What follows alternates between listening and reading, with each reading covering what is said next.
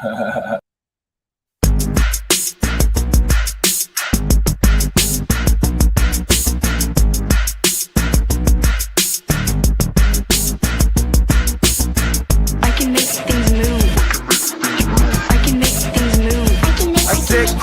shit when I'm I said I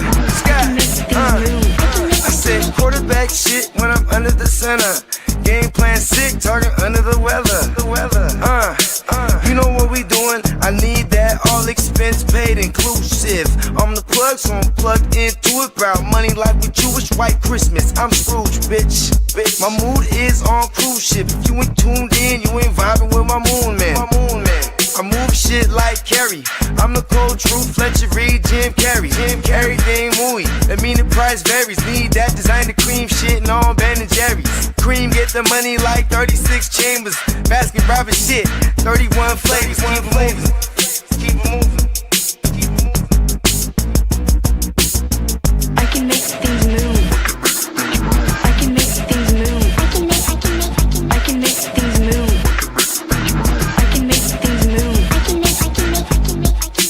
Everything on me. Yeah, tell him Bogart scot-free. Lottie Dottie, he like to potty. Fuck with blow shoot, trolling vibe Molly. Card I carry weight, move packs like a dolly. And I stay fuming, clock me doing Godspeed. Business booming, back-to-back trips moving multiple units. Got mules, got universal soldiers, getting money for sure. Yeah, we ain't shrugging shoulders. You think I'm lucky getting over, made it far, cause I'm a shark, fuck a 4-leaf clover. On my 89, minus the flat top. Getting packs off, smoking on the cash crop. Money talk, if you're broke, then you can't talk. Play a never-ending ball game, Sandlot. I can make things move. I can make things move. I can make things move. Getting money when I land there. Smoking all loud so I can't hear. And if your boys bring the noise, all y'all pussies getting scraped pap smear. Codeine got me leaning, tower pizza. Put your boy on point, pyramid of Giza. I'ma rock like this till I'm an old geezer. No pizza parlor, but we deliver pizzas. Ask Uncle Sam, I'm taxing. Look, ma, no hands, telepathic. I can make things move, I'm carefully calculated when I make these moves. I run shit, don't let me get loose. I'm all about my decks, trying not to get goosed. Keep it moving.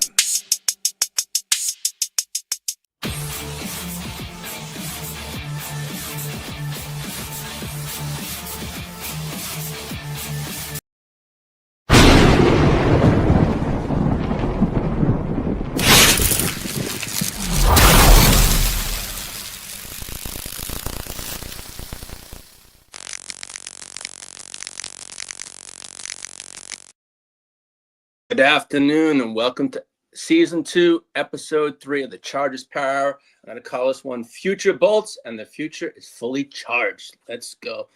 All right, let me shout out the chat. What's up, King? LA Coast Music, California. Thanks for tuning in. Appreciate it. Hey, what's up, Banana Screen? What's up? Welcome all. Hey, JD, you want to hit Peacock's drop?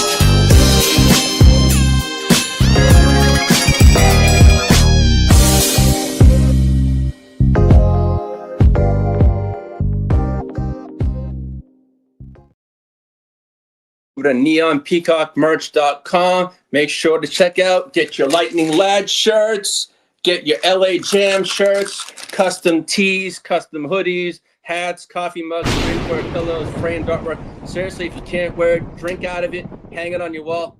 There's no other artist like Peacock that's done it all. Speaking of a sale coming up, in 3 days, there's going to be a sale. It's going to be from the 4th at 10 o'clock in the morning to Thursday the 7th, and it ends at 5 p.m. Central Daylight Time. It is code UNLOCK20.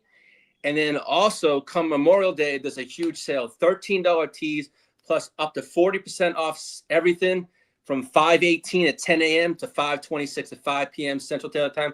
So head on over to neonpeacockmerch.com, get your Lightning Lad shirts or whatever you need to do. But there's check out the sale. I mean, we got it all. But I got a good episode for you. Come on, I'm going to break down the draft. I'm going to break down what's going on. I'm going to break down what our Bolts did. Let's go.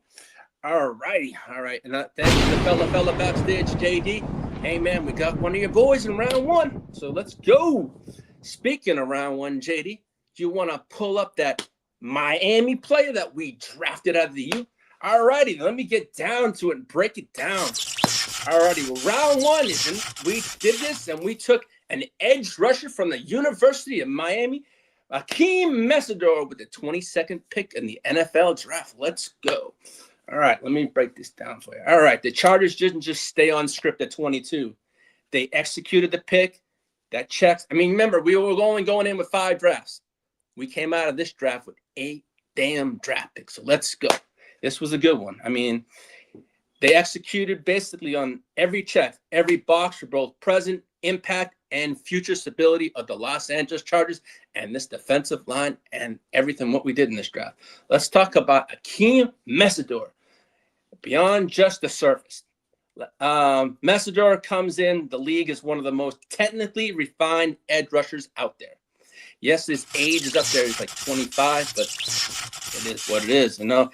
And he's 6'3", 259 pounds. Let's build with a compact, powerful frame that translates immediately into the NFL. We lost OA, and we're bringing in a big cat that haunt these AFC West and all these quarterbacks. Let's go. I mean, it's the trenches. As I said, we built from the trenches, and we killed this draft. This is year 3. Harbaugh and Ortiz have nailed this draft. I was satisfied. I ain't gonna lie. I said we needed to protect Justin Herbert. We came out of this draft with 4 picks on the offensive line. 4 of the 8 was offensive line, and that was a beautiful thing. I said it months ago. I wanted offensive line. We did it. We executed. We got 3 picks from New England from trading the 55, and we got 3 picks out of it. So we did what we had to do, you know. So let's talk. I mean, Mesidor, as JD, he's a Miami fan. And when I saw that pick, I was like, oh, I got to hit up JD about this. This is a good pick. But Mesidor, this is going to be a good one, man. Look at that. Miami had at least 4 people in this draft that could have been first rounders. But, man, they got 3 of them in there. But, no, if you look at it, that's his 2025 production jumps off the stage. 12.5 sacks, 17.5 tackles for loss, and forced fumbles. Excuse me. But the deeper story is how he wins. He consistently collapses the pocket, something the Chargers need. This is gonna be great. Hey, what's up? Thanks for joining. Forces quarterback off their spot, creates distribution. Even plays that don't show up on the box score, Mesidor does. He got after Mendoza in the national championship game. He got him a couple times. Man, I hope he gets to him a lot this year. Then again, we'll see when Mendoza hits the field, if he's a day 1 starter or if it's down the road. But Mesidor is going to get to that bull, and he's going to get his sacks. I'm looking forward to this, man. I'm excited. I know Harbaugh was pumped. And the whole Chargers room was pumped when we got Mesidor. I did not see him fall into 22. I thought he was going in maybe around 16 to 18, but being at 22, that was a value for us there.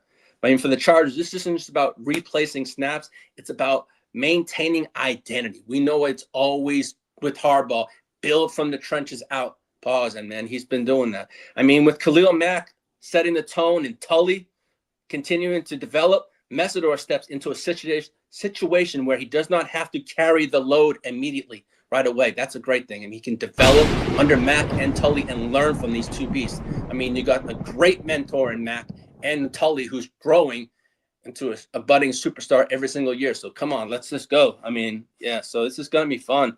I mean, that's just dangerous. It's just dangerous for the rest of the league and for the AFC West. I'm on. He can rotate early, stay fresh, and attack matchups. And when your young pass rushers end up pop faster than expected, that's when defensive coordinator Chris O'Leary's system, it becomes even more important for O'Leary when he wants up front in this new protection schemes, forces offense to make mistakes. And Mesidor is going to be a beast for the quarterbacks. And I'm loving this. I mean, he's a big boy. Pause. But you got Mack, Tully, now Mesidor in the mix. This is good. I feel Mesidor is a pick to basically take Khalil Mack's spot when he decides to hang it up. If it's this year or next, we shall see on that. But no, it's going to be good. I mean, from a roster building standpoint, this is exactly how smart teams operate. You had a need with the Owe leaving and departing, and instead of reaching, you land a player with value aligned right at the drop-off. So we're going from Owe right to Mesidor. So this is going to be good. But bottom line, the Chargers didn't just add depth. They added continuity, versatility, and upside in a young player to the defensive front and already had teeth. And Mesidor develops into trajectory. He's shown his pick. If this pick hits, man, look out. You got to steal. I mean, I felt we got to steal in the draft at 22. As I said, I thought he was going to go a lot before us. I mean, the names I said was Chase Basantis. I said several names leading up to the draft, and none of that transpired. But, hey, man, I remember at the last show before the draft, I mentioned Mesidor once because that was the first time I'd heard his name projected to us, possibly. I didn't think we had a chance, but, man, he fell. But on that note, the Chargers draft in general was a beautiful thing for any Chargers fan. That all we wanted to do was protect Justin Herbert, and this draft was a beautiful thing. As I said earlier, we got 4 out of the 8 picks on the offensive line. So yeah. So JD, you mind pulling up that picture for segment 2? Alrighty, let me break down. As I said, we had a beautiful draft. Let me break it all down for you. Alrighty then. So the 2026 Los Angeles Chargers draft recap. As I said in the beginning of the show, we had, going into the draft, 5 picks. We ended up with 8. We got 3 from New England for the 55th pick, and which was a beautiful thing. And a lot of these players that we were hoping to draft, I thought we were draft, did not happen, but we managed to.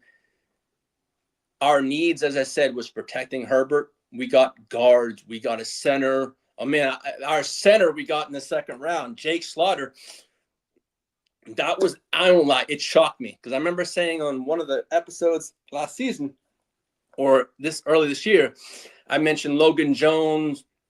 I know I mentioned Slaughter, but I didn't think he'd go in the second round. But, hey, let me break it all down to you. So, the NFL officially wrapped up, and all things considered, I personally think the Chargers really did a great, solid job this year. Joe Ortiz and Jim Harbaugh killed this draft. We all did. And I'd say Mike McDaniels was involved quite a bit because a lot of these players that we did get were scheme fits. So the fit that Mike McDaniels. Let me start it off here because I know this was a big concern, and even for myself and for any Chargers fan, it was about protecting Justin Herbert. And I've said it many times, the offensive line, that's what I stressed before the draft. And I was stressing the offensive in this draft. And for weeks upon weeks, for Chargers fans, we're saying, let's get our wish. We got to protect Justin Herbert. Couldn't do that. But we're getting Alton Slater back this year. So, hey, but this looks good. So for the 8, as I said, the 8 picks were the offensive line. The Chargers going the draft had 5 picks. Justin Herbert, and just as important as the starters, the depth. We finally have depth on the offensive line, and this is a beautiful thing. When you look at our roster last year, we had a makeshift offensive line. We had a total of 18 different offensive line combinations all of last season. I think that was a league leading offensive line of combinations, but 18 is this crazy. We couldn't stay healthy. As I always say, the Chargers' biggest thing is staying healthy. Something we can't do, and especially on the offensive line. But now that we have depth, this is a beautiful thing. I'm going to say this for fact. I mean, now with that said, I want to give a real love to my favorite picks, and that's probably Jake Slaughter in this draft, man. I did not see this happening, to be honest with you. I know the Ravens wanted Jake Slaughter, and they didn't even expect him to go in the second round. But obviously Ortiz and Harbaugh and McDaniels say, hey, this is a player we can need in this system. Not only that, he can't play. He's gonna play left guard. That's perfect. So the depth is going to be perfect for the Chargers this year going forward. Now, as I said, I thought Slaughter was my favorite pick, and I have a couple favorite picks, but for the offensive line, Slaughter was great.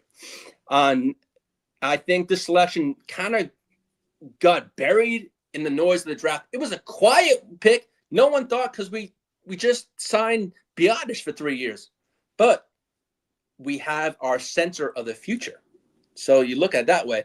We also, by that, the Ravens needed a center, so they didn't get anything in the draft. So they're going to have to go out and get one. And they wanted Slaughter, so that's a perfect, hey, stealing from the Ravens, but hey, that's all good. But I think he's going to be a very special player for them. I mean, he's going to learn under Biotish, but be able to have that versatility to play left guard is huge for us. Because left guard, we're going to need. Yes, we have Slater not, but this is going to be a beautiful thing. Remember, I mentioned with Slater's injury that he's coming back from. It's not a one that you're ever 100%. So we are going to have that stability of another player that can step into that role also. So that's another beautiful thing. I mean, Slaughter, he's incredibly intelligent, has a lightning fast processor. That's great. Up here, football knowledge is great. And his command on the line of scrimmage really stands out. I mean, I watched a couple of some tape of Slaughter, and then I watched some Florida games, but I wasn't really a huge Gator fan. But I did see some games of him. But I mean, his ability to make adjustments and read defense is something you have to acknowledge. And you think about this, the last time Justin Herbert had a center with that kind of football IQ, it was Corey Linsley, man. And Herbert went for 5,000 yards that season. So, man, if you get that, come on, we're talking Corey. I mean, that's probably the best center I've seen the Chargers have was Corey Linsley, man. He kept Herbert's jersey clean. Did Herbert get hit? Not much at all. Now, if Jake Slaughter can turn into something like Corey Linsley, I swear to God, we got a goddamn steal in the second round for sure in Slaughter. And then to learn learn under Biotish for the next couple of years, it's going to be a beautiful thing, I think. I mean, really, that's not a coincidence. Now let's talk about the first round pick. I mean, as I said, Mesidor, I was ecstatic, man. I was text. I think I text JD. I go, God damn, we got one from the U. But I mean, shout out to JD and the Miami diehard fan, the Guccini. JD nailed it, man. But I'm looking forward to seeing what he does on the Chargers, though. This dude is as I said earlier, I feel that Mesidor has the potential to be a second best edge rusher in this entire class behind David Bailey. That's just my personal opinion. He's pro ready. He's a plug and play edge in round one. It was in my notes and I forgot that. He's an absolute beast, a game wrecker, the kind of player offenses have to account for in every single snap. And pairing him with Khalil Mack, that's going to be scary that's going to be nasty. I'm really excited to see what this duo can do off the edge and wreak havoc on quarterbacks. Now, I know some Chargers fans were a little concerned about his age. I mentioned that earlier, but you know what? We can't really do anything about that. I mean, let's be real about it. This team is technically, by making that kind of move at 22, I feel this is a basically win now football team. That's what I feel. If you're going after a 25-year-old edge rusher, not a 21-year-old, or you're technically a win now team. So to me, that's what kind of window we're looking at, is a win now team. That's what I got from that and this kind of move. But by the time his contract expires, long-term decisions come into play. Justin Herbert will be around 33 years old, and that championship window might be just tightening up anyways. What's up, Crooked Commish? Thanks for joining, brother. Hey, head on over to the Chicago Clubhouse. Check out the Crooked Commish. He's a Bears lover. You know, we have our differences of opinion, Crook. You're a Cubbies fan, but man, he puts out some good fantasy stuff, and he loves his Bears. He loves all his Chicago fans, and he loves all his Chicago teams. So head on over to the Chicago Clubhouse. He does mock drafts, has great stuff, and we have wonderful collaborations with the Crooked Commish. And it's a pleasure, man. And thank you for joining in, man. Hey, you guys killed the draft, Commish. You got a nice safety over there on your first round pick. That was a nice, impressive pick, and now as for we did get an offensive player who was the fastest player in the NFL draft in Brenen Thompson from Mississippi State, who ran a 4.28, or is it 4.26 or a 4.28 40-yard dash. So technically, Mike McDaniels went to bat for him. And I remember seeing the thing on social media. He said he'll take his shirt off if you can get me Brenen Thompson. So this was a Mike McDaniel pick. So technically, he is this pick, the Tyreek Hill of our offense. So, he's a fast kid, but I think he's going to be I think he's going to be sitting behind Q just in case something happens if Q goes or one of our wide receivers go down. Brenen Thompson can just step in that role, but he's got speed. He can stretch the field and pause. It's going to be nice. But I really wasn't expecting going to get a wide receiver. But then again, going into this draft, we had 5 picks.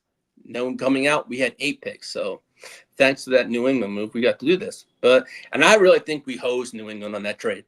3 picks for 1 was a beautiful thing.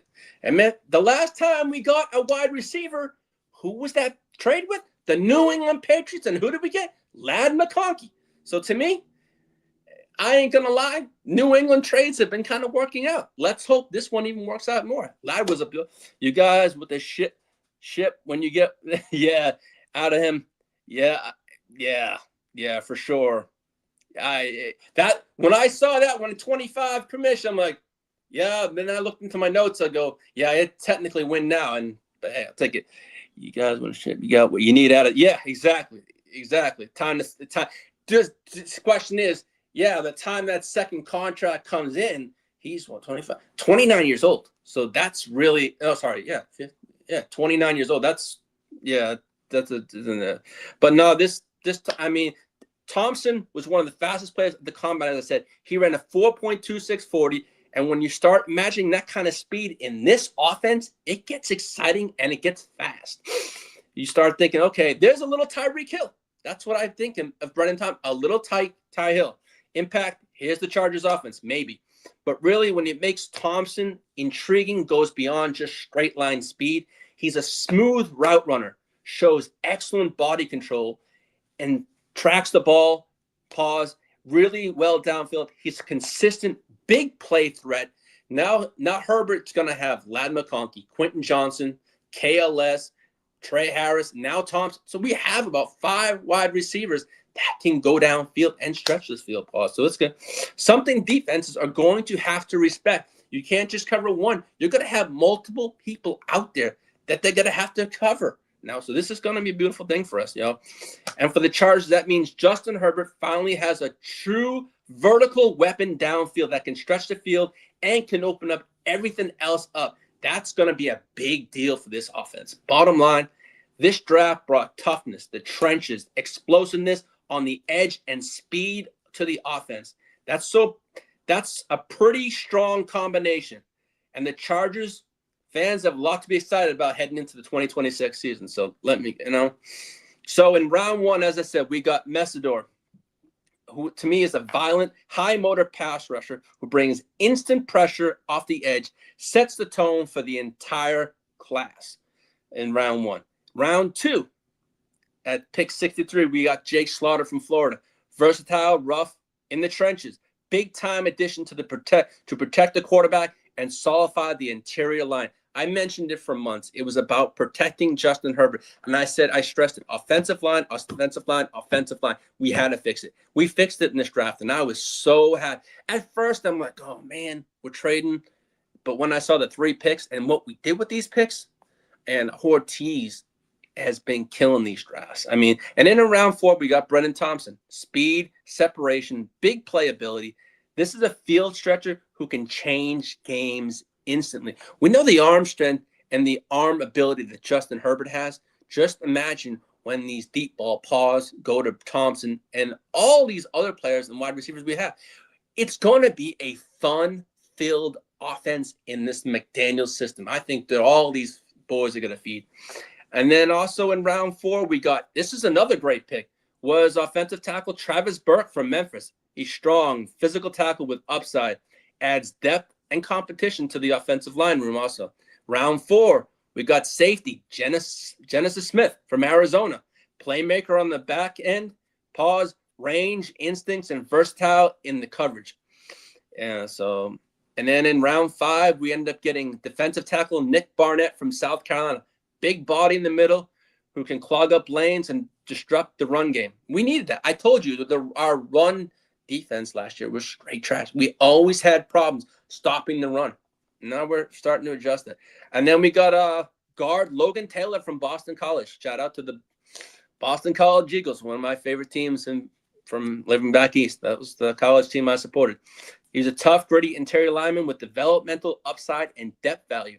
Now, we also, in the 6th round, got Alex Harkey from Oregon, another strong addition to the O-line, pipeline, physical, disciplined, and competitive.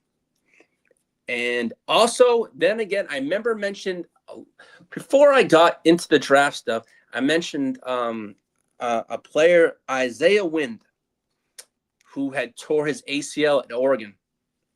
And I said that one of the Chargers to try and get him in this draft, I thought he'd fall. But he didn't get drafted at all. But the Chargers, they actually got him. They got him as an undrafted free agent. So I know he's not going to play at all this year. He'll probably sit out for the season because of the injury he had. I mean, coming next year, our defensive line, his big boy is big, like 300 some odd pounds. He's like 6'9". So it's not a position we have to draft next year. We're going to have Isaiah World coming. He'll be ready from his injury for next year. So that's a blessing. So we got one step ahead of a need for next year and took care of this and all that. All right, JD, do you mind pulling up the Lightning Ladd McConkey? All righty. Let's talk about Ladd McConkey and his outlook for this 2026 season. All right, let's talk about Ladd McConkey because this 2025 season didn't quite live up to what we saw from him as a rookie. And I contribute that to our offensive coordinator and play caller, and that was Greg, the old man Roman. That offense was stale. Across the board, the production dipped 66 catches to 789 yards, 6 touchdowns. When you watch the tape, it lines up with what numbers say. This offense just never found a consistent rhythm. Quarterback play, timing, play calling, it all felt a step off last year, and that directly impacted Ladd McConkey's ability to be reliable at a high level and a contributor week in and week out. You know, Ladd would be up, down, up 1 week, down the next, and then there was never a consistency. And now that we have an offensive mind in Mike McDaniels who can call plays, I think it's going to be a beautiful thing for our whole wide receiver room, our tight end room, everything. It's going to be lovely. We got our tackles back. We got Alt. We got Slater back. We got an offensive line. Just as I said it many times, Justin Herbert with time, when he can throw the ball, now he's going to have that. That's something we didn't have last year. Ladd didn't get that time. Now he's going to have the time. He's also going to be in the McDaniels offense, which is going to be a fast-paced offense. This is going to be a beautiful thing to watch this year. Because at the same time, Ladd McConkey himself didn't consistently play at the level we expect him to play last year, like he did in his rookie year in this offense. There were stretches where he disappeared totally. There were some games they didn't even have, like, he had like 1 or 2 catches or didn't even see the ball at all. And where the separation wasn't as sharp as it was his rookie year, where the impact just wasn't there like it was during his rookie year. But there's an important part. The foundation hasn't gone anywhere. The route running, the intelligence, the ability to be a chain mover and a difference maker in space. It's still there in there, and that's why he's still an essential piece of this offense and what he wants to do. I mean, this unit is going to take a real step forward, I feel, in 2026. It's going to come down to guys like Ladd getting back to his rookie year form and then reestablishing himself and making true impact plays in the 2026 season. Because when Ladd's on, he is on. This offense looks completely different when he's not on. It's like, uh-oh, what's going on? So we're going to see a difference here. But then again, I'll go from one wide receiver to another. And another wide receiver I have mentioned quite a bit in the past month. All right, JD, you want to pull out that Quentin Johnston 5th year. QJ got that option picked up. And I know, and I'm going to be on this a lot. I've been on it a lot. I've been a QJ truther since he came from TCU. I live right down the street from TCU. I've seen what Q can do. When he was at TCU, it was all about yak, yards after the catch. He always would. That's what he thrived on, was the yak. In the Roman offense, he wasn't given the shot. Now we're going to see what Quentin Johnston is made of. I remember mentioning last show, hey, we had until May 1st. Well, the Chargers didn't waste any time. The day before the deadline came, they said, we're picking up QJ's option. And I'm happy about it. Because you look at it, Quentin Johnston's 5th year option was $18 million. There are people in his draft class that had theirs picked up. That was $27 million, not 18. So, yeah, we got Q at a steal. So, I think this is the year. Q's 4th year, he balls out in this offense because this is the kind of offense that Q is used to at TCU. It was an all-out, high-powered offense. And hopefully we're going to see that. So let me break it down. The Chargers made a loud statement without saying the word. They're picking up Quentin Johnston's 5th year, $18 million option. And look, this isn't just a routine front office move. It's a belief. This is a projection. They're betting on Q's ability and what they feel he can do. This is an organizational planting a flag that's saying, hey, we still see his upside and his potential. Because let's be honest with you, there's a lot of Chargers fans, I can say it last year, wanted him traded, wanted him cut, wanted him gone, wanted him off the roster. But who led our team the last 2 years in touchdowns? Eight touchdowns each year. Quentin Johnston, remember, only had 2 drops last year. And I can tell you right now, he had a drop rate exactly same as Puka Nacua last year at a 2.4. I'll probably bring that up on my next show because I didn't have it prepared because I didn't have enough room, but I will show it to you on our future show. But no, Quentin Johnston was right there with one of the best receivers in the league at a drop rate. So, hey, Quentin, as I called him Butterfingers, last year I really couldn't call him Butterfingers. Yeah, they could. But, because to be honest, his first couple seasons haven't fully matched his expectations of a first-round draft pick.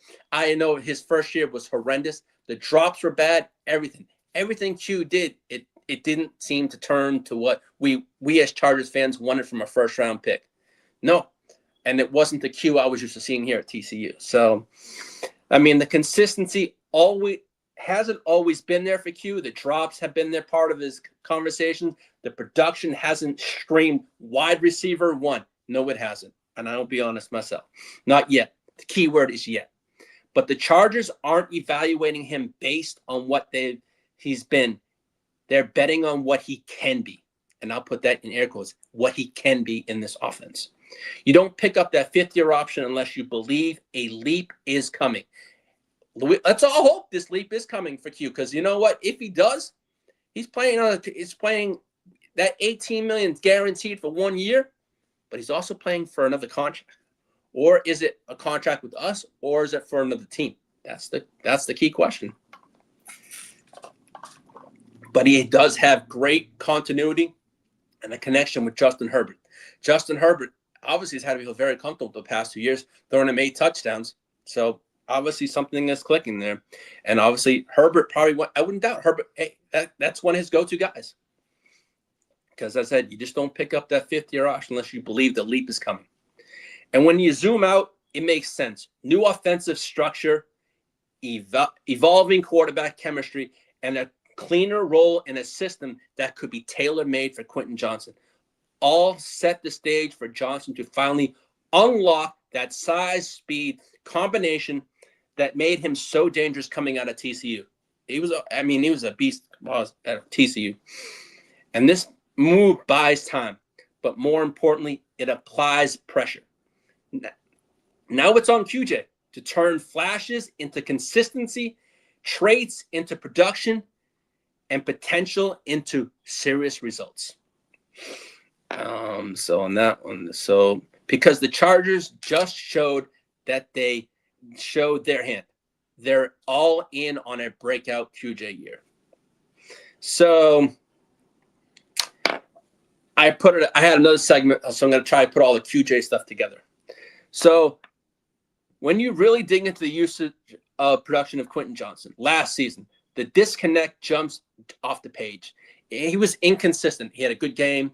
I remember early in the season, he was balling out for us. I remember my fantasy team was loving it. I think he had 3 or 4 straight double-digit fantasy point seasons in the beginning of the season for me. So his efficiency thing didn't all year. It screamed.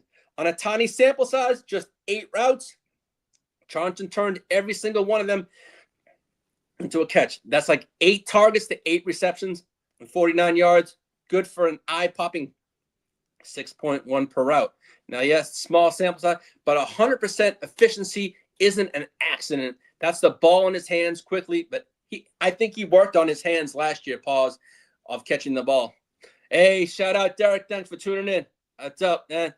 Hey, yeah, I appreciate you guys. I really do. I appreciate everyone for tuning in and taking the time of the day. But, I mean, I'm hoping we get the production from Q this year. I'm hoping we get it from all our wide receivers. Shout out to all my Chargers fans that really want a Q gone. I hope he proves them all wrong this year, because you know what? It's about growing. It's about development. You don't just happen to grow. I know it takes time. Look, I mean, not everyone's perfect, even myself. But when you look at, it's all going to come down to the system of Mike McDaniel putting our wide receivers in the right position and the right way in the position for them to thrive in this offense. And I think Mike McDaniel is that kind of mind that can tap into Q's capability, talents, and execute them to the right ways. And so he thrives in this offense. And I think it's going to be a beautiful thing. We're going to have speed from Brenen Thompson, Ladd, Q, KLS, and Trey Harris. Our wide receiver room is a packed room. We have 5 mouths to feed. Now, I don't know. I know we've been connected to Keenan Allen.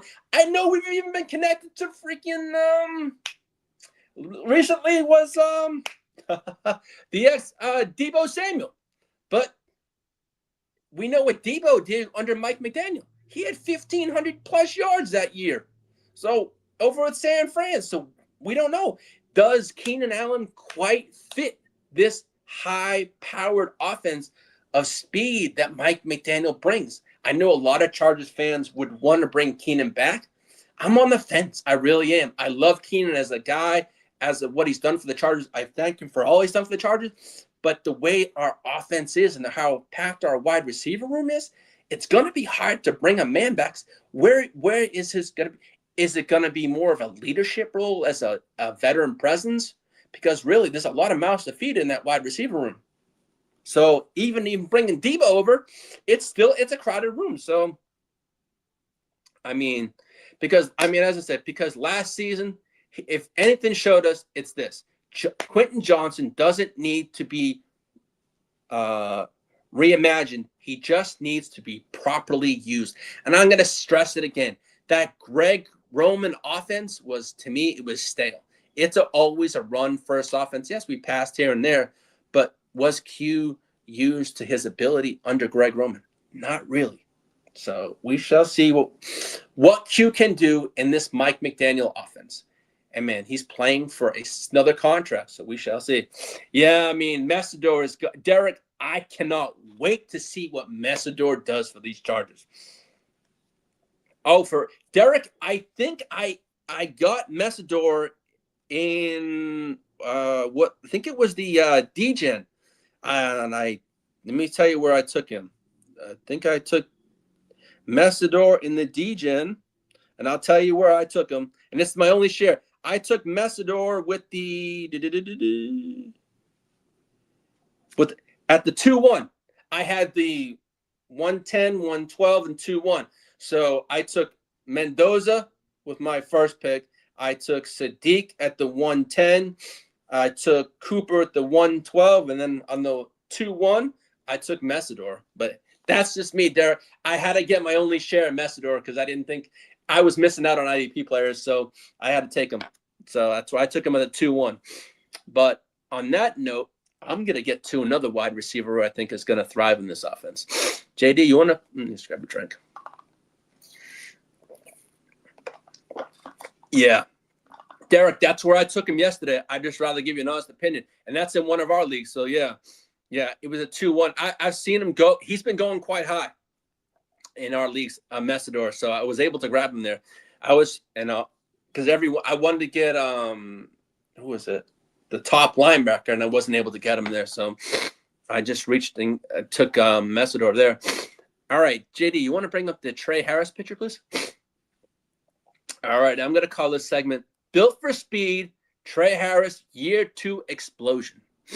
All right, when you look at Year 2 wide receiver breakouts, it usually comes down to one thing. Fit meets opportunity. And for Trey Harris, this is the perfect storm. And you know the Chargers, they love bringing the heat. They love bringing the lightning. And we like bringing a storm.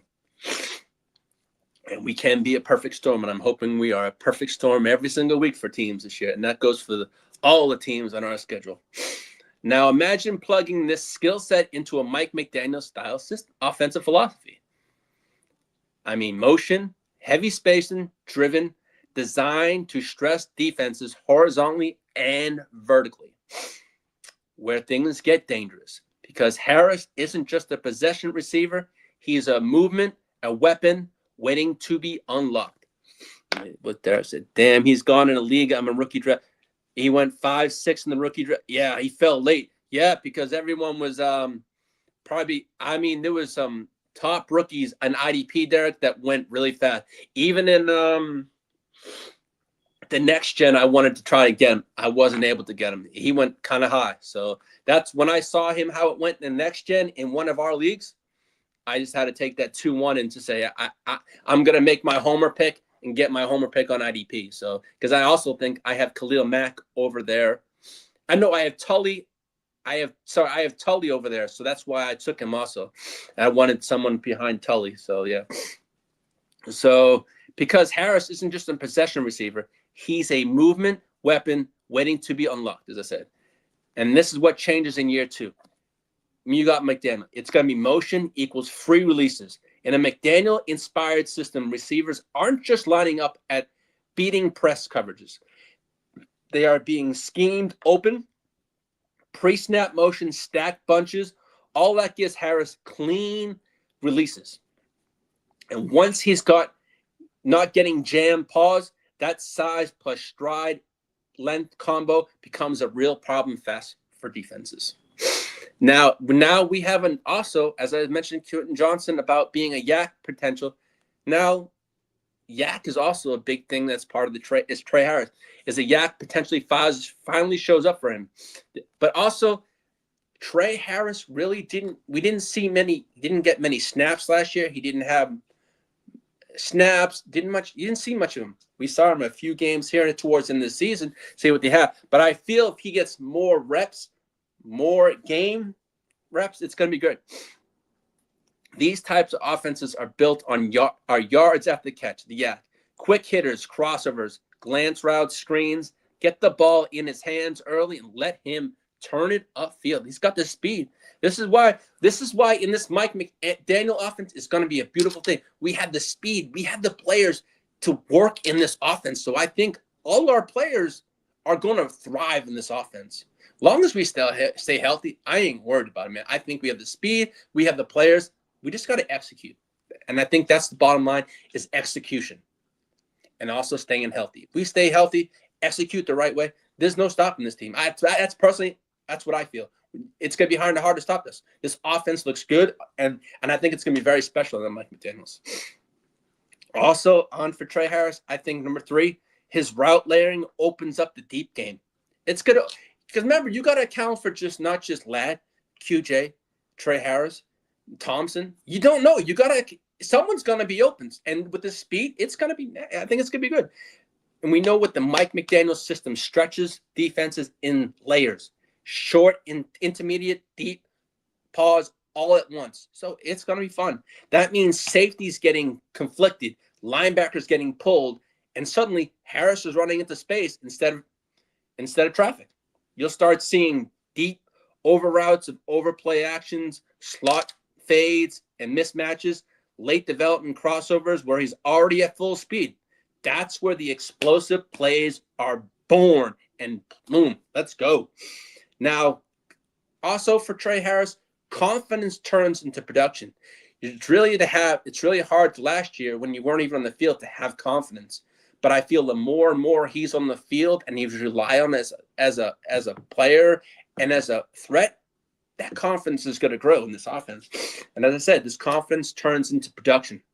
Year 1 is about learning, but year 2 is about owning your role and making a role in this offense. Harris now understands the leverage, the spacing, the timing. So now it's about not thinking anymore. He's reacting to the plays, reacting to who we thought. And when a receiver with a physical profile like Trey Harris starts playing fast mentally, that's when defense is loose. But for me, the big picture on Trey Harris for the Chargers, this kind of breakout changes everything. Now you're not just relying on one guy, 2 guys. Now you got a receiver who can win outside, work the middle of the field, create after the catch, stretch defenses vertically, and that's how offenses can become unpredictable. Now, my final take on Trey Harris. Trey Harris is in the year 2, isn't just improving. He's being unlocked by scheme, speed, and confidence. Man, you're going to need to have the confidence in this offense because there's going to be a lot on each one of these players to thrive, produce, and to be productive. And if the Chargers lean into a modern, motion-heavy approach similar to what Mike McDaniel has built as he did in Miami, you're not just talking about a breakout. You're talking about a player with player defenses have the game plan around every single week. So, come on now. We're going to have multiple weapons for Justin Herbert this year. This is going to be fun. I don't think I have seen a wide receiver room like this in the Chargers for a long time.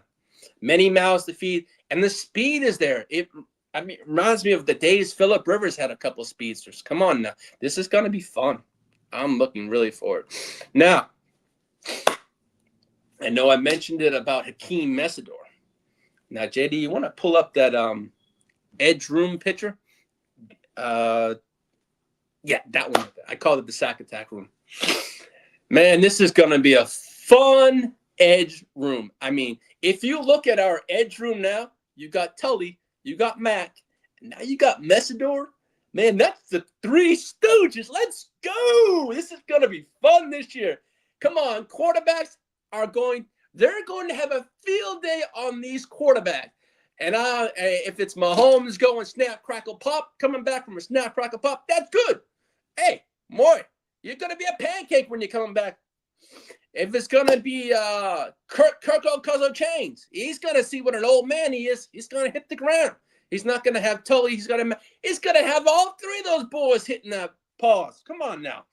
I'll break this down to you. When you start talking about what the Los Angeles Chargers are building on the edge right now, you understand one thing. Why in the front office is straight up hyped and ecstatic about this edge room. You've already got Khalil Mack. Man, he's the mentor on that edge. But come on, a future Hall of Famer who still can wreck a game plan by himself. We saw what he did to old man Rodgers in that Pittsburgh game. He sealed the game for us. Come on, and he's still doing it at his age, and that's productivity at best. I mean, he's not just a pass rusher. He's a tone setter. He forces offenses to slide protection, chip with the right ends, keep backs in. And the moment you do that, you're already playing defense. Come on, you bring in Tully. This is going to be fun. And that's where it starts getting scary. We saw what Tully's done year after year. His productivity and his production and his sack total has gotten a little higher every single year. He's grown as a player and gotten better as a player. And then maybe that is a tribute to the factor of Khalil Mack and what we've had in that going on. So Tully is a high motor, relentless, never stops coming type out the edge. He wins with effort, power, and his instincts are off the charts. He's the kind of guy who doesn't need a perfect rush plan. He just overwhelms you, snap in, snap out. And now you add Akheem Mesidor. What a mix. Come on. That's where things shift from a good pass rush to a potential chaos across the AFC West. I ain't going to lie. Quarterbacks are going to have a lot of problems this year. We just don't have a few guys. We have 3 legit players that are going to come after the quarterback this year, and that's going to be a beautiful thing. Now, that's where, to me, Mesidor brings something a little different. Explosiveness and interior versatility. He's not just lining up wide and trying to bend the corners. You can move him inside and outside, stunt him, twist him. Come on, create confusion. And when you pair that with Mack commanding attention and Tully crashing from the opposite side, offenses are going to have problems identifying where the pass rusher is coming from. It's either going to be Tully, it's going to be Matt, or it's going to be Mesidor. You got to account for all 3. So it's going to be crazy, I feel. And you think about this, the division that we are in the AFC West. Yeah, you're facing quarterbacks like Patrick Mahomes twice a year. You're dealing with a timing offense, quick game concepts, improvisations. The only way to disturb and constantly is with pressure. And that's just not chest pressure with layered pressure. That's what this group is going to potential to become. Not just one guy winning, not just one side collapsing, but waves of pressure coming your way. First, it's Mack forcing the pocket to step up. Then it's Mesidor collapsing the interior. Then it's Tully cleaning up the rest of the edge. Come on. They got to have to count for all 3. Someone's going to come for that quarterback. And I'm glad it's my team. So they're going to have to take accountability every single week. We have an edge room. It's going to be fun. And that's how you create sacks. That's how you create turnovers. And that's how you change the games, by creating turnovers and making more offensive for Justin Herbert so he can just go out and do his thing. Now, if this group hits its ceiling, we're not just talking about a solid defensive front. We're talking about a unit that could legitimately be one of the most destructive edge groups in the entire league, I feel, or in the AFC.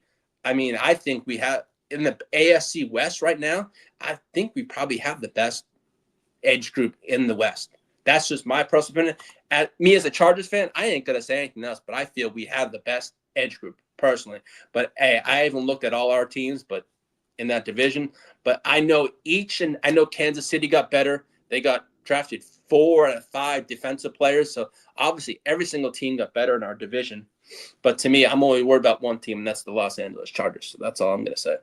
And that's why you are hearing phrases like, that's fire. It's all about coming out of this building. They're excited about this edge room. I think we all should be. No one thought Akheem Mesidor was going to be there too at all. We saw the names I floated out were like not even there. I said that for like 6 weeks. I floated names out there. None of those names. But hey, we obviously, our GM and our coach knew exactly what we wanted to do. And as I said, Mesidor happened to fall to us. And we took that gamble, and it's going to be, as I said, because if all this clicks, quarterbacks in the AFC West and across the league quarterbacks are about to feel it. They're going to feel the thunder, and they're going to feel the lightning, and they're going to feel the hits, because these boys are coming, and it's going to be a sack party. It's going to be a sack pancake. You can clip that. Alrighty. So I know I've also stressed multiple times about how Harbaugh likes to build things, and it's building through the trenches. Now, JD, you want to pull up the Chargers draft identity, building through the trenches? Thanks, buddy. Appreciate it. All right.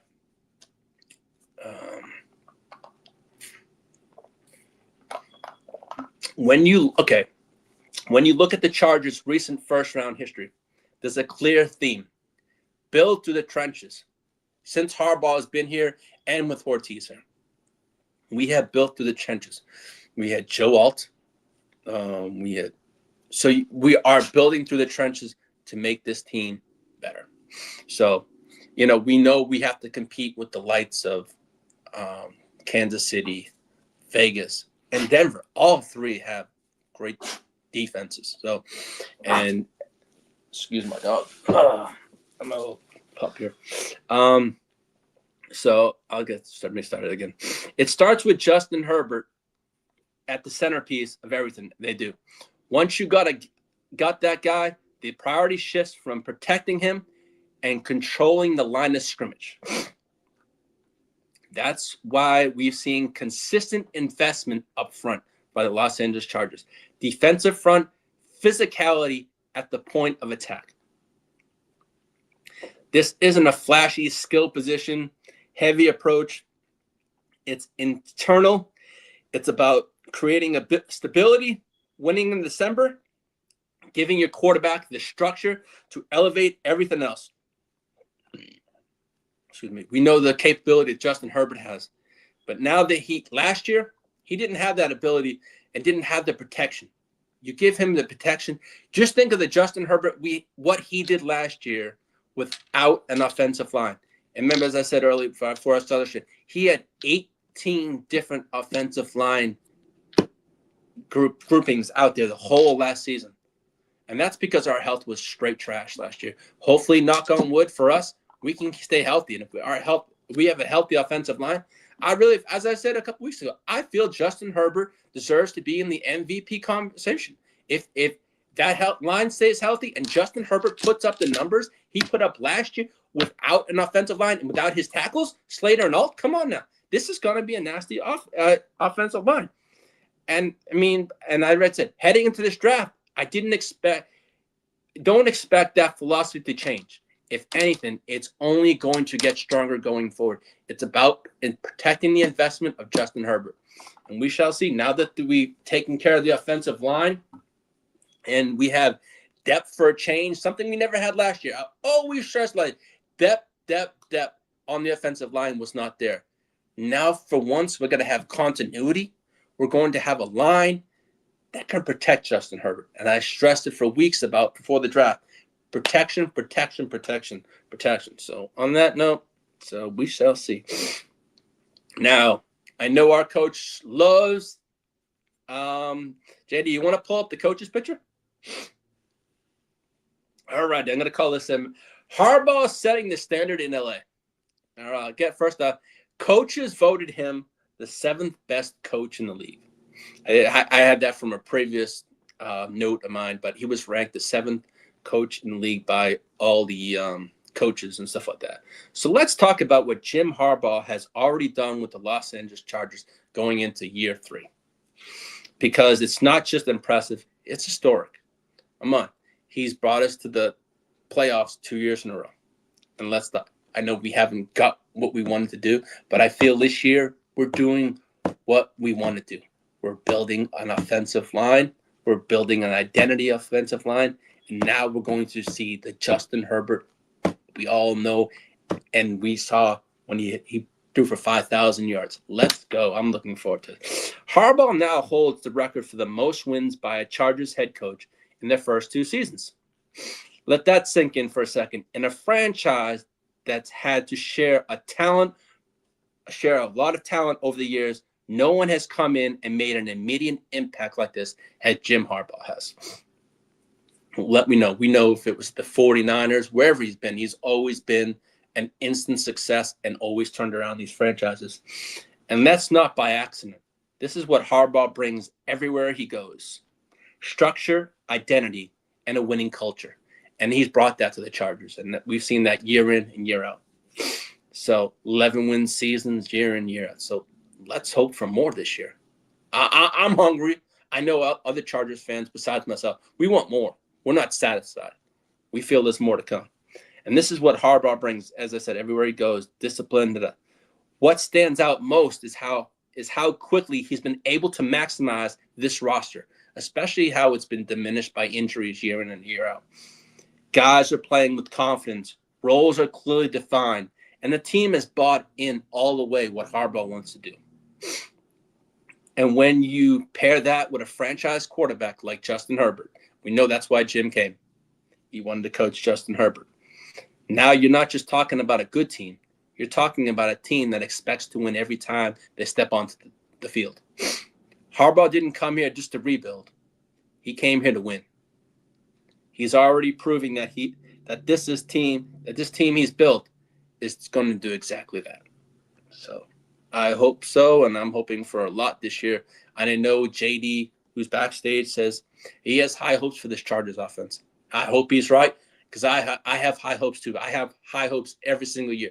But I have a lot of high hopes this year, especially because we have an offensive line and we have an offensive coordinator that knows what the hell he's doing. And I feel he can put this offensive players in the right position and to succeed this year. And Justin Herbert, man, there's so many naysayers that say you're just not that man. You're not elite. You want to prove you're elite? This is the year. We know what you can do. We saw what you did your rookie year. Let's go out there. Let's throw for 5,000 yards. Let's just show them, hey, I'm that Justin effing Herbert. I'm the man. I'm elite. Put that elite name after, not just average, because I know a lot of people say you're average, but let's take the average off and put elite next to your name. And I feel he can do this. JD, all right, you want to bring up the win total picture? Yeah, Vegas has us at 10.5 wins. Well, Vegas can be Vegas. We've proven that. We put out last 2 years 11 wins. So that 10.5, if that's the Vegas mark, I guess we got to break that Vegas standard. All right, let's talk about the expectations, because Las Vegas has set the standard that the Chargers win total will be 10.5 wins. And that number tells you everything about how this team is viewed heading into this season. This isn't just maybe they're a good number. No, you're better than the legit number. When you're sitting at 10.5 wins, you're being put in the upper tier as like a playoff team. Vegas is essentially saying this is a double-digit win team, a playoff team, and a squad that should be competing deep into January. I hope so. That's what I want to see, because I'm sick of these one-and-done exits. That ain't happening this year. No soup for you. No, thank you. But this is where it gets interesting.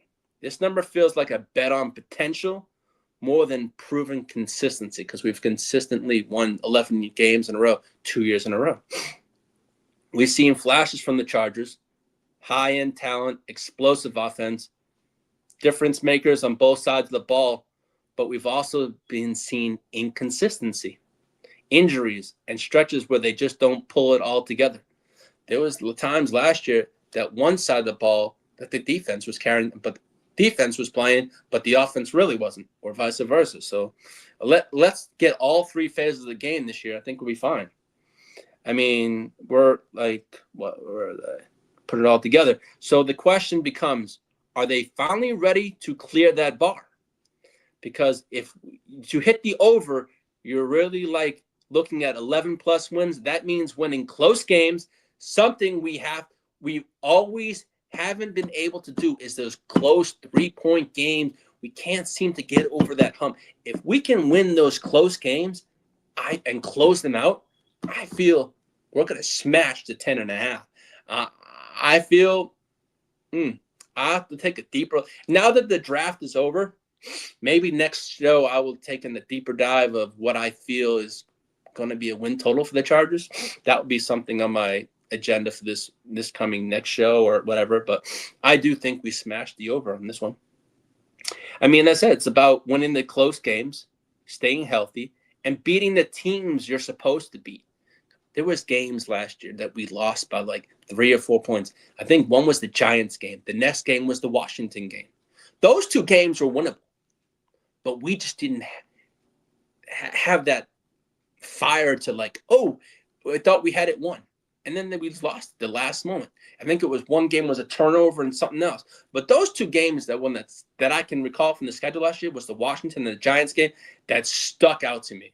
That really, that would have been a 13-win team. But woulda, shoulda, coulda. You can't go back on that. But no, hopefully the narrative of what last year was, it's different going forward this year. Let's be real. The margin is thin. 1 or 2 games can be difference between cashing that over or calling it a couple late game losses.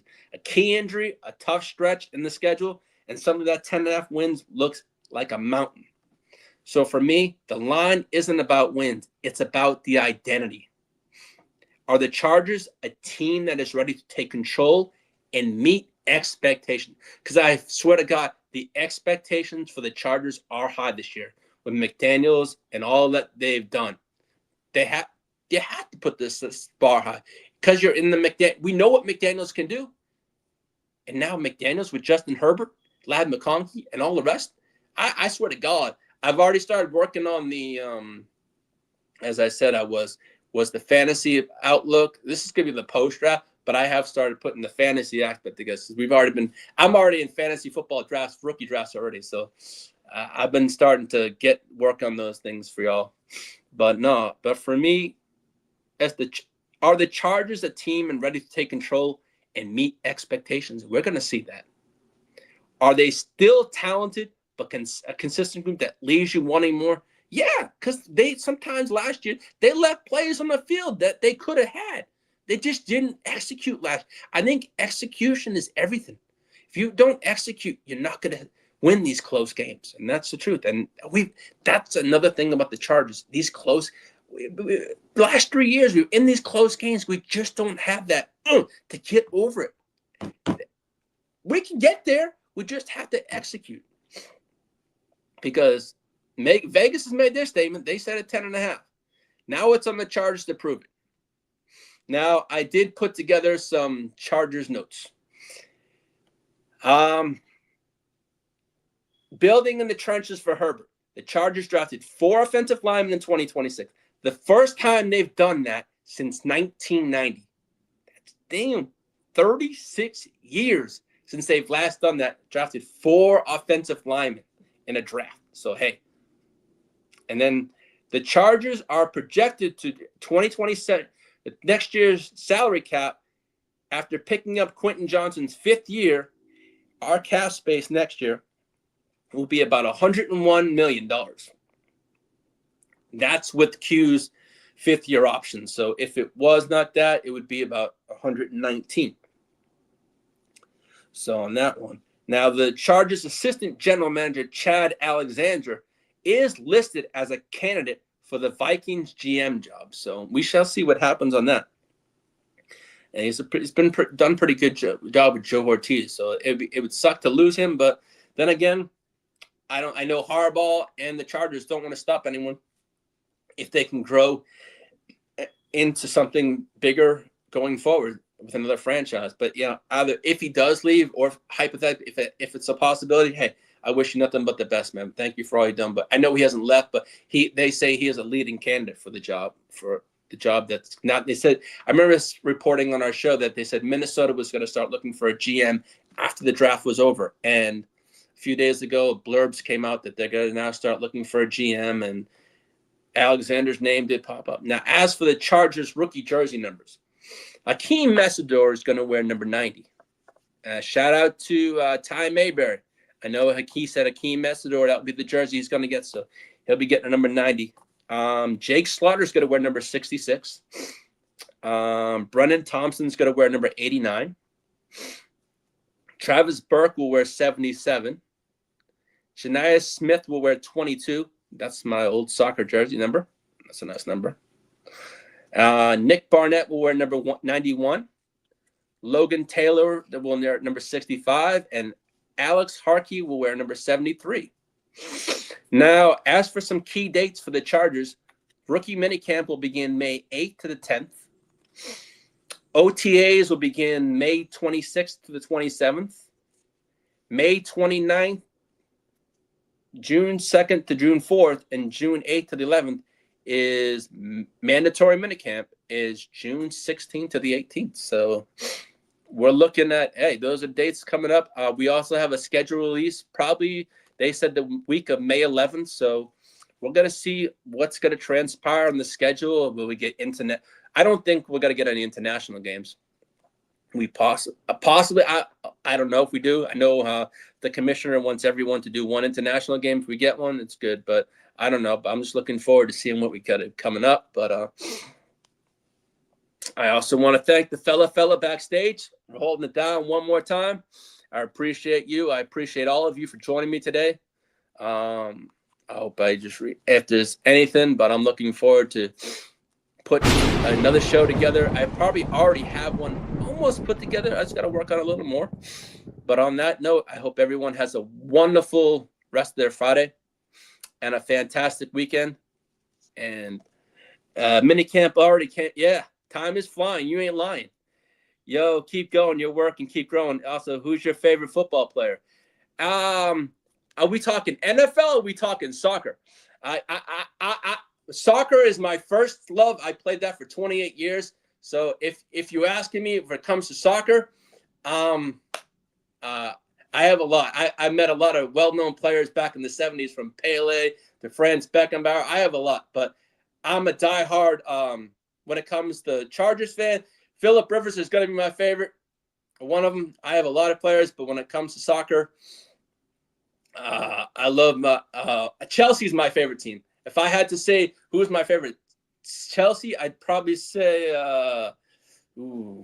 there's too many of them there. But I love soccer in general. So that was a year of my. But hey, my father was British, so soccer's in my blood, and that's something I love. But NFL player, it's gonna be anyone that plays for the Los Angeles Chargers. But I love Phillip Rivers, man. That guy reminds me. I'm a hothead. He's a trash talker. I'm a diehard. The guys will tell you, I trash talk constantly. But I love it. Phillip Rivers to me is the shit. I mean, but then again, he's a Chargers legend. So that's to me. But favorite all-time NFL player to me, it's going to be Latavius Thompson. LT, come on. You had that great burst from LT. The numbers he put up, come on. I'd have to say LT for me is my all-time favorite player. So excuse my dog, but no, LT for me. But my dad grew up as a Redskin fan. Art Monk was his favorite fan. So Art Monk and Dan Fouts was my dad's favorite. So that's growing up. Those are players that I was always watching and stuff like that. But Phillip Rivers and Latavius Thompson are probably my two favorite football players. But on that note, thank you everyone for joining me. Have a wonderful weekend. If you haven't subbed up, sub up to the channel, because during the season, I may just pop up, not just one show, but two shows, because who knows? I just might be in the mood. But also, by subbing up to the channel, our channel is a fantasy football channel. We do live streams. We do watch parties during the season. So head on over to the Gen Wealth, sub up, and set your notifications, because we'll be bringing shows left and right. And as I said, during the season, I'm going to be having people from all different fan bases, from the Chiefs. I'm going to have hopefully almost every single fan base on each week, so on the show. So again, thank you for tuning in. Thank the fella backstage, and thank you everyone for joining. Have a blessed weekend and bolt up. And I'll see you next time for episode 4.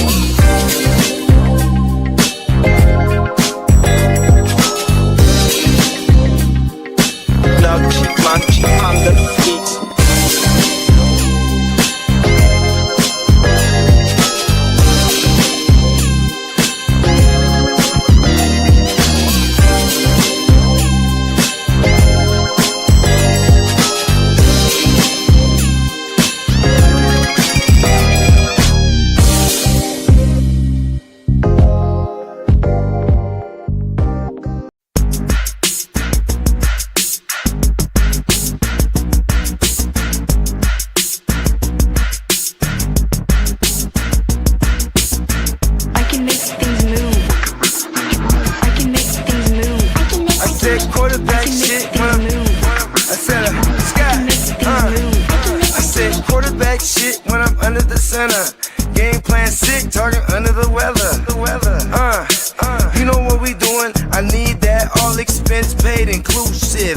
I'm the plug, so I'm plugged into it. About money like with Jewish white Christmas. I'm Scrooge, bitch. My mood is on cruise ship. If you ain't tuned in, you ain't vibing with my moon man. I move shit like Carrie. I'm the cold truth, Fletcher Reed, Jim Carrey. Everything mooey, that mean the price varies. Need that designer cream shit and all Ben and Jerry's. Cream get the money like 36 chambers. Baskin Robbins shit, 31 flavors. Keep it moving. I can make things move. I can make things move. I can make things move. I can make things move. Everything on me. Yeah, tell him Bogart scot-free. Lottie-dottie, he like to party. Fuck with blow shoot, throwing 5 Molly. Heard I carry weight, move packs like a dolly. And I stay fuming, clock me doing Godspeed. Business booming, back-to-back trips, moving multiple units. Got mules, got universal soldiers, getting money for sure. Yeah, we ain't shrugging shoulders. You think I'm lucky getting over, made it far, cause I'm a shark, fuck a 4-leaf clover. On my 89, minus the flat top. Getting packs off, smoking on the cash crop. Money talk, if you're broke, then you can't talk. Play a never-ending ball game, Sandlot. I can make things move. I can make things move. I can make things move. Getting money when I land there. Smoking all loud so I can't hear. And if your boys bring the noise, all y'all bitches getting scraped pap smear. Codeine got me leaning, trapeze. Put your boy on point, pyramid of Giza. I'ma rock like this till I'm an old geezer. No pizza parlor, but we deliver pizzas. Ask Uncle Sam, I'm taxing. Look, ma, no hands, telepathic. I can make things move, I'm carefully calculated when I make these moves. I run shit, don't let me get loose. I'm all about my decks, trying not to get goosed. Keep it moving.